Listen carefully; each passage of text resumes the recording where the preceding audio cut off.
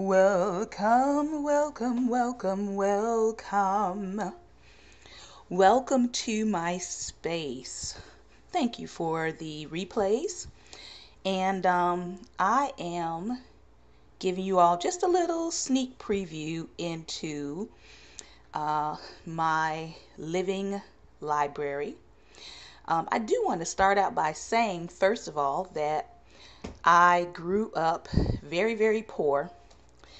But one thing that my mother strongly believed in was the importance of books, the importance of reading, the importance of knowledge. And so I grew up with a mother that read to us, that homeschooled us before we went to public school, so that by the time I got into public school, I already basically knew everything I was supposed to learn in kindergarten. So they wound up promoting me. And I actually had to take a test, like an early entrance test or whatever, to get into kindergarten at an early age. And then once I got into kindergarten, they recognized that I had already been taught everything they were going to teach me in kindergarten. So why am I saying that? Why am I saying that? So as I venture down these steps, we are getting a railing put in as well, but we don't have it yet, so I'm going to be careful. But while I'm venturing down here, I want to say that it is absolutely imperative in this hour of technology, in this hour of just the reality of what technology has the possibility to do. It is still imperative to utilize books. It is imperative to utilize the library. I served as a librarian for 5 years out of college at the school that I was working at. And I also served for about close to 3 years as a librarian assistant. And so part of my job was to examine books, read books, critique books, review books, research, study, make sure that I was providing a variety of materials to students and staff. And so a lot of my background has to do with reading and research. And as a believer, I do read, I would say, Christian material, but I also read other subject matters.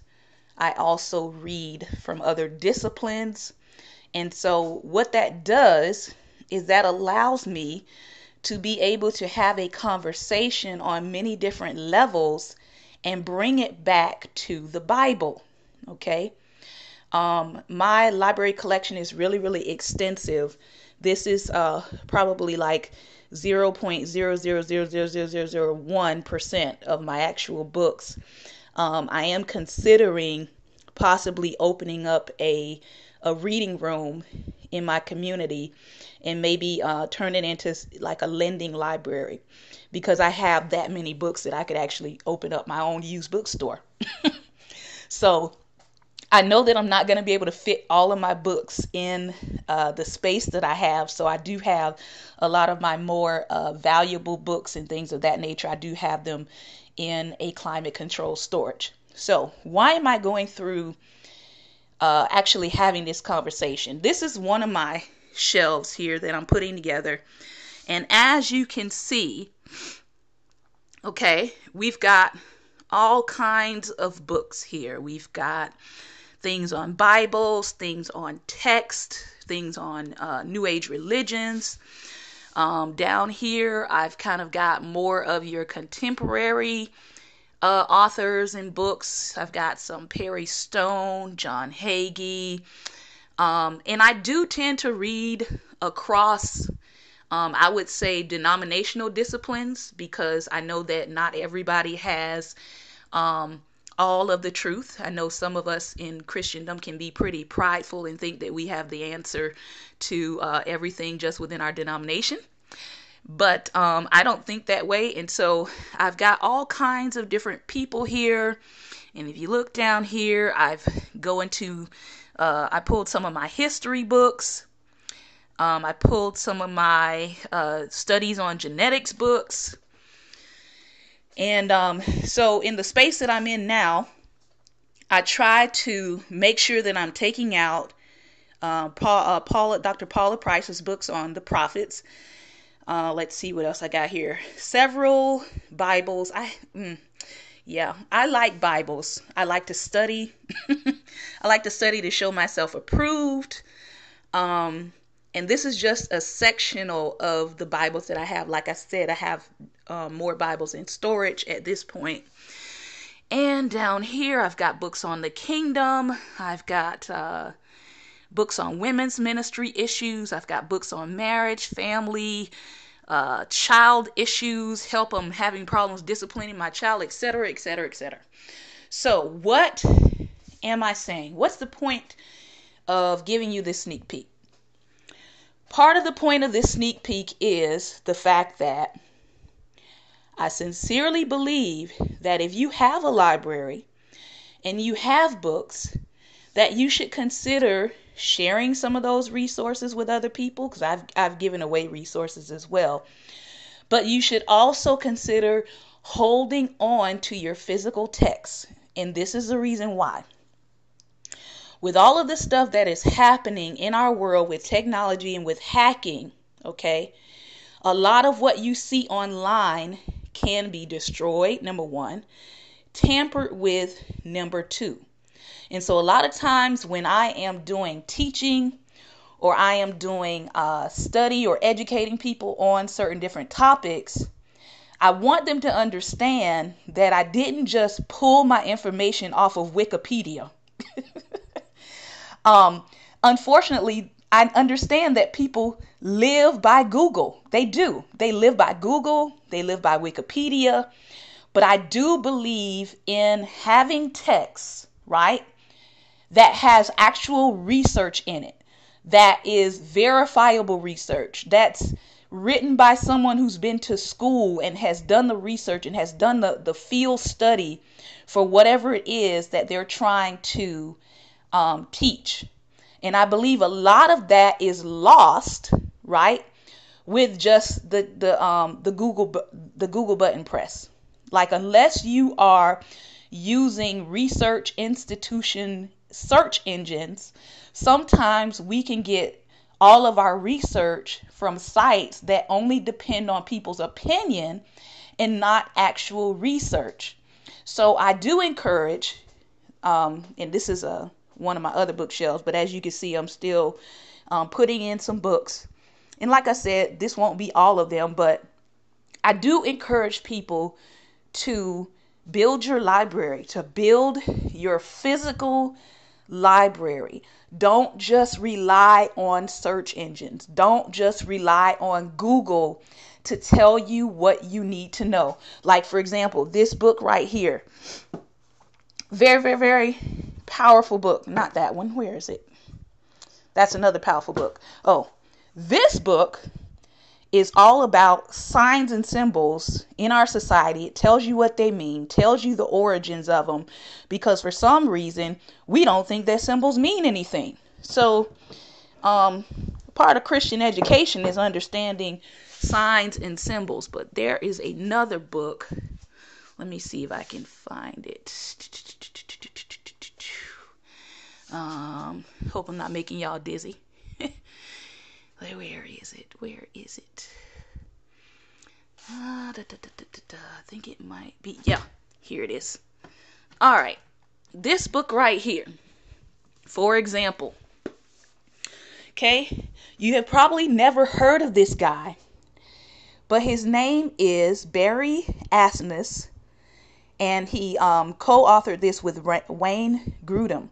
Now, I got a chance to hear Barry Asmus do a lecture and seminar here in DC, right? And the book is called The Poverty of Nations and a Sustainable Solution. So this guy goes all over the world, right? And he does this study, based on what are the problems with global poverty, And what are the solutions to global poverty? Now you might ask yourself, why have you never heard of this book? Why have you never heard of it? You've never heard of it because there are certain people in certain agendas that are living that have no intention of solving the problem of poverty. Okay? So that's why you haven't heard about this book. But again, this is why I say it's necessary to do your own research, learn for yourself, get out there and do more than a Google search. Okay? Do more than a Google search. Meet people, go to lectures, go to studies by people, go to people who are actually lecturing based on what they have learned in the field, and then buy their books. Don't bootleg them, right? Invest in the knowledge, in the wisdom that they're trying to give you. Bring it back, read it, learn it, apply it, and share it with other people. So that is my afternoon spiel for today as I continue this process of getting my library together. I call this like my little mobile library of different quick topics that I can pull and look into. So I hope this was beneficial to you. I hope that you would understand the importance of physical hard copy books.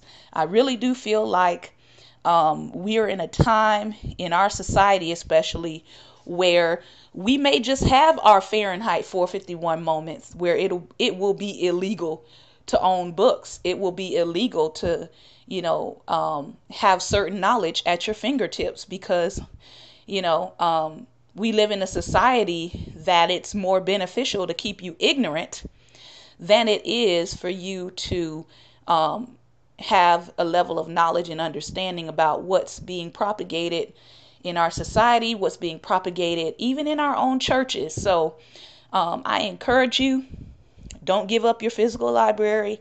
Make sure you're building it. Make sure you're collecting not only just up-to-date materials, but also make sure you're collecting books and materials that were printed before there became this agenda to liberalize everything and everyone. Some of the important history textbooks we no longer have that had accurate information in it. I think I have one on the Jews, and when I looked at the date on it, I realized that there was a specific time period when people started skewing what is going on with Jews and Jewish history.